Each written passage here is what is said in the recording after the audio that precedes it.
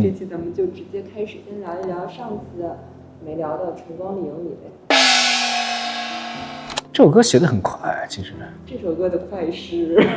快就是突然就想写那个看日出那个画面。我记得我坐在钢琴上写的时候，我就觉得它是一个，因为在我的视角啊，虽然当时正在唱那个《相约而生》嘛，《相约而生》那一段其实是比较有点激昂的那种感觉，但其实从我第一眼看到太阳出来的时候，那一刻其实有一种很静止的感觉，所以就是温暖嘛。虽然音乐上它是一个比较激昂的音乐在放着，但其实太阳看到日出的那一瞬间的时候，是感觉整个世界是安静下来的。所以我在写这首歌的时候，其实我的开头就是比较慢的，然后比较安静，就一个钢琴这样，然后也是一个比较温暖的一个感觉。其实主要这个歌是歌词，对，因为我觉得歌词是一个温暖的感觉，然后并且是要有一种守护的感觉，所以说就在歌词里面加那种我想化作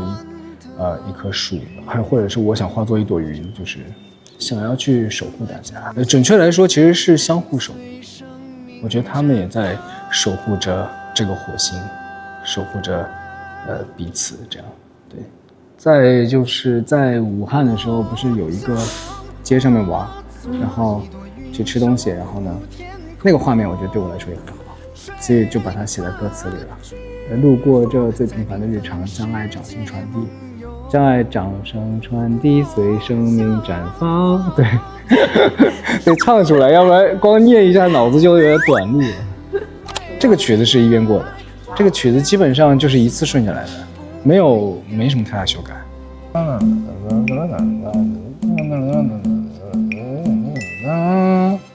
再就是有一个难的就是变速度。其实开始的时候那一段的速度是很慢的，从进第一遍副歌的时候，大家可以去对比一下，就是说开头当晨曦拥抱这座城，这其实是很慢的，然后到那个副歌的时候，其实突然变成了一个快的速度。我想化作哒哒哒哒哒哒，前面是当晨曦拥抱这座城，就是它会慢一些，然后后面越来越快，然后快了之后会发现第二次在副歌唱完之后再回到主歌的那一段主歌是比一开始的那个要快很多的，两遍是不一样的，为了要那个情绪，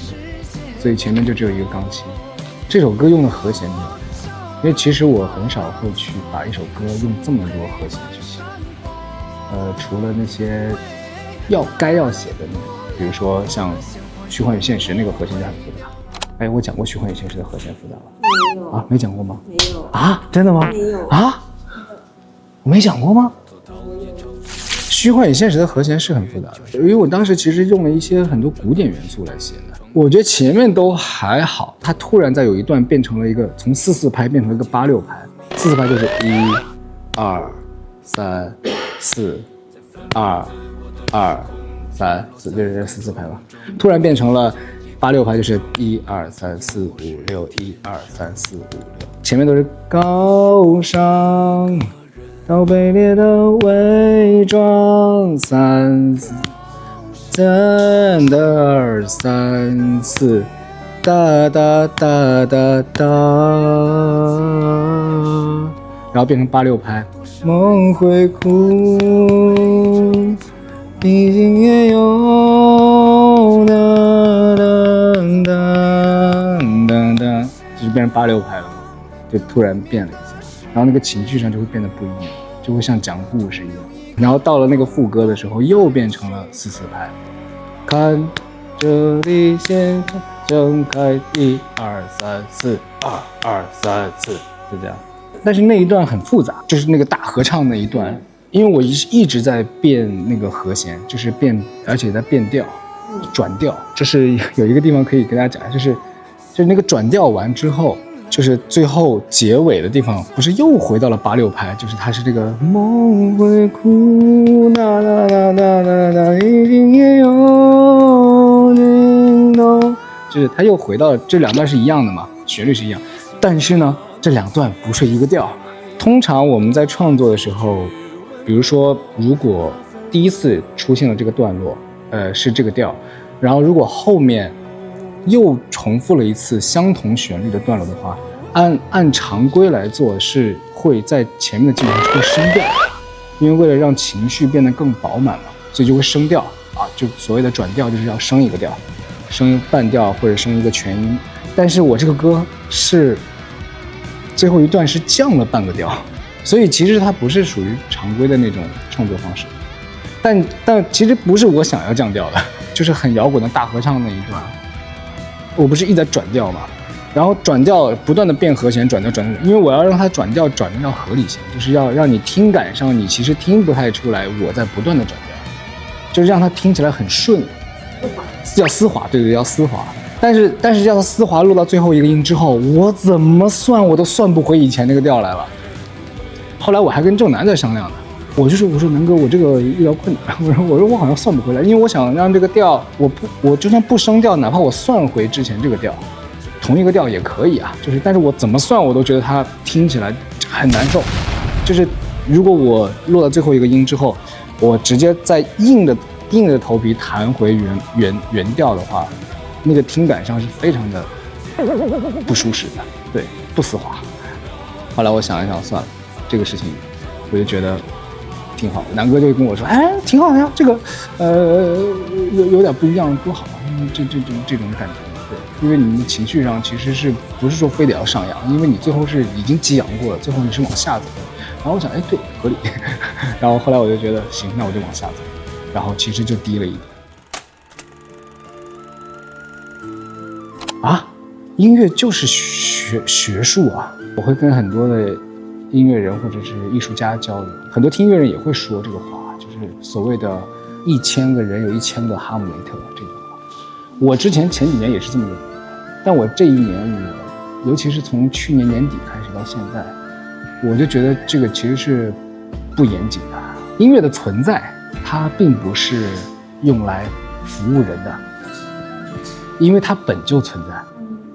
声音是本来就存在，音符也本身就存在，它并不是为了人而创造出来的，只是人类发现了音乐而已，所以它并不是一个用来服务于大家的。你不服务于我，你就没有价值，对吧？当然这个话成立啊，就是没有价值，对。所以，但是音乐本身它的存在应该是不断的去发掘它和发现它的，所以它就不能属于1000个人1000哈姆雷特，它就是一个非常精准的学术的东西，是学术。为什么所有作曲系的人他们都在不断的去钻研各种复杂的排列组合，就是让它变得更学术一些，就是因为它在发现嘛。那发现东西必然发现到最后，那你大众就会越来越听不懂。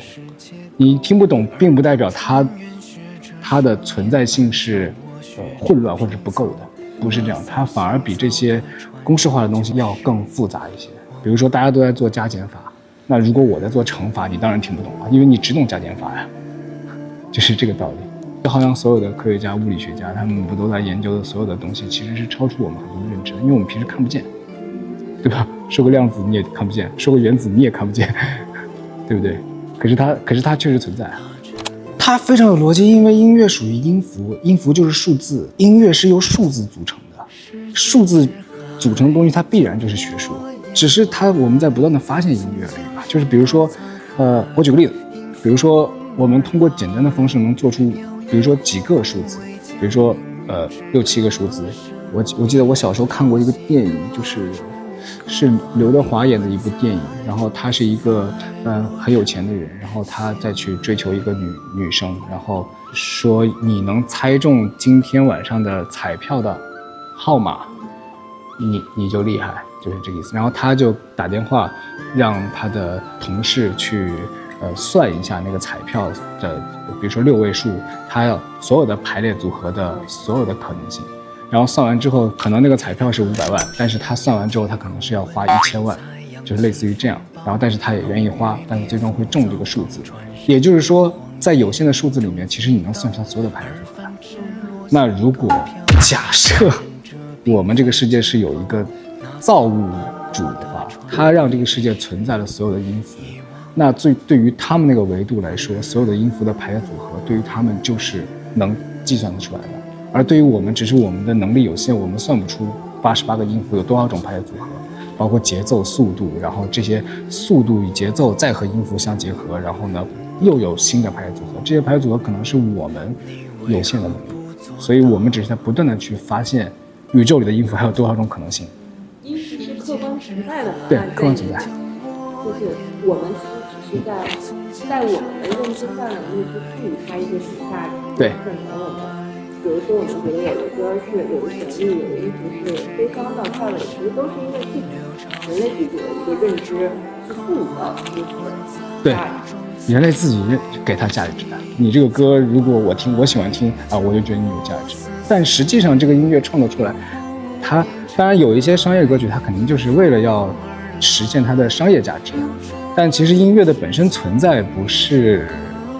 用价值来衡量的，它是本身就存在，只是所有的音乐的创作者或者是这些音乐家们，他们其实是在不断的去研究音乐的。音乐是要有研究的，对。所以其实不是哈姆雷特这个概念，不存在艺术家这一句话，我也想明白了，这个世界不可能有艺术家，我不相信，因为我得出来这个底层逻辑，艺术家是不存在的。我觉得所有的创作都会被误解，因为你无法跟地球上所有的人类都共鸣。